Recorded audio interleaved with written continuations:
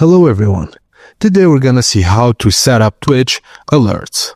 Firstly, go to your Twitch creator dashboard and in the left-hand sidebar, click on Alerts. Then click Create Alert Set. Name your alert set and add an optional description.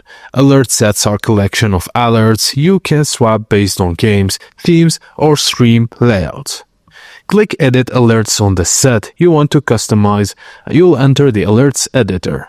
On the left side, you'll see the list of events you can create alerts for.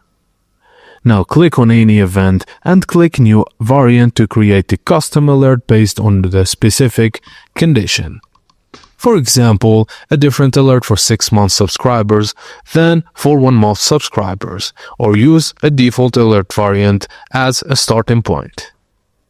Choose the alert condition to decide when this variant will trigger, and each event type has its own set of condition options.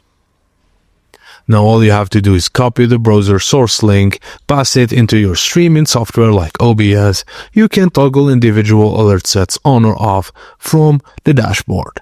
And that's it, guys. Thank you for watching, and please don't forget to like and subscribe for more.